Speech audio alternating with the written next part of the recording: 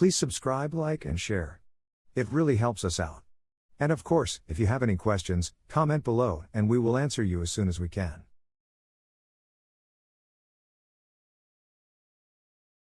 New York City has introduced a $9 congestion pricing toll for vehicles entering central Manhattan during peak hours.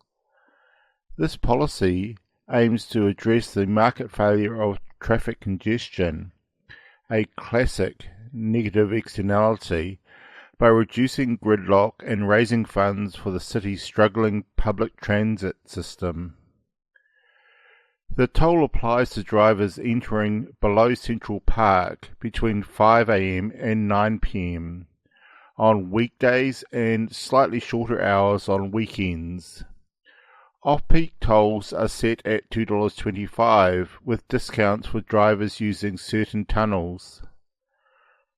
While New York City is the first US city to adopt congestion pricing, global cities like London and Stockholm have already seen success with similar schemes. However, the toll has faced criticism, particularly from suburban commuters and New York officials, who argue it's an unfair financial burden.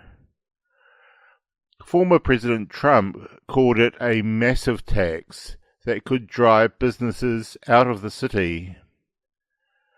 Proponents highlight the toll's dual purpose, reducing environmental and social costs of traffic while financing transit infrastructure. Despite opposition, New York City's initiative reflects a growing global trend of using economic tools to internalize the cost of congestion and improve urban mobility. Okay, now it's time to think like an economist. Firstly, define negative externality. Secondly, explain how congestion pricing seeks to address market failure. Thirdly, analyze the potential impact of congestion pricing on New York City's public transit system. And lastly, discuss whether congestion pricing is a fair and effective policy for reducing urban traffic. Okay, firstly, let's define negative externalities. A negative externality occurs when the production or consumption of a good or service imposes a cost on third parties who are not directly involved in the transaction. These costs are not reflected in the market price. Examples include air pollution, noise from construction, and traffic congestion, where the societal burden is borne by the public, for example, health costs and time lost. Okay, secondly, explain how congestion pricing seeks to address market failure. Congestion pricing addresses the market failure caused by traffic congestion, a classic negative externality, through the following mechanisms. Firstly, internalizing the externality. By imposing a toll, drivers bear the social cost of their road usage, such as pollution and delays, aligning private costs with societal costs. Secondly, demand reduction. The higher cost discourages unnecessary trips, especially during peak hours, reducing overall traffic volume. Thirdly, resource allocation. Congestion pricing incentivizes the use of alternative modes of transport, for example, public transit or biking, and optimizes road uses for essential trips. And lastly, revenue generation.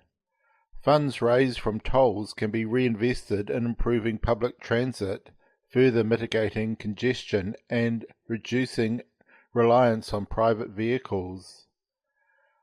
By correcting price signals, congestion pricing promotes more efficient and substantial urban mobility. Thirdly, analyze the potential impact of congestion pricing on New York City's public transit system. Congestion pricing is likely to have several significant impacts on New York City's public transit system. Let's look at the positive impacts. Firstly, increased ridership. Higher toll costs incentivize commuters to shift from private vehicles to public transit, boosting demand for buses, subways, and commuter trains. Secondly, revenue for infrastructure. The tolls revenue can fund critical improvements in transit infrastructure, such as modernizing subway systems, expanding bus routes, and reducing delays. Thirdly, enhanced service quality. With increased funding, transit operators can invest in better facilities, cleaner stations, and more frequent services, improving the commuter experience. Now let's look at the challenges. Firstly, capacity constraints. A sudden surge in ridership may strain existing transit capacity, particularly during peak hours. And secondly, equity concerns. Low-income individuals relying on public transit may face overcrowding or fare increases if additional investment is not managed equitably. In summary, congestion pricing can significantly strengthen New York City's public transit system, providing that revenues are allocated efficiently to address capacity and service quality issues. Okay, lastly, discuss whether congestion pricing is a fair and effective policy for reducing urban traffic. Let's look at the effectiveness. Firstly, traffic reduction. Evidence from cities like London and Stockholm suggests congestion pricing effectively reduces traffic volume by discouraging unnecessary trips during peak hours. Secondly, environmental benefits. Reduced vehicle emissions improve air quality, benefiting public health and mitigating climate change. Thirdly, efficient mobility. Improve road conditions and reduce travel times enhance productivity and urban mobility. Next, let's look at fairness. Firstly, equity concerns. Let's look at low-income commuters. Higher tolls disappointingly affect lower-income drivers who may lack viable transit alternatives. Now let's look at suburban commuters. Critics argue that suburban residents, particularly those from areas with limited public transit, bear an unfair financial burden. Now let's look at some of the counter-arguments.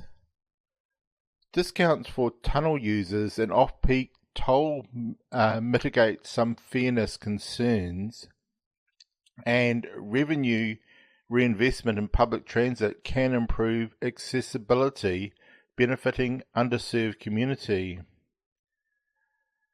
Thirdly, let's look at the economic spillover.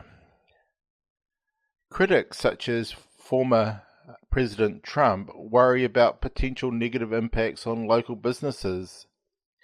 However, improved transit and reduced congestion may attract more visitors and shoppers in the long run.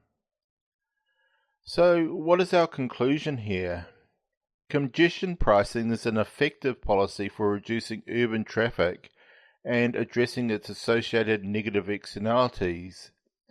While fairness concerns exist, these can be mitigated through targeted subsidies, expanding transit options, and equitable revenue allocations. With thoughtful implementation, the policy can balance economic efficiency and social equity. Thank you for watching our video. Please like, subscribe and share. And comment below so we can clarify things for you.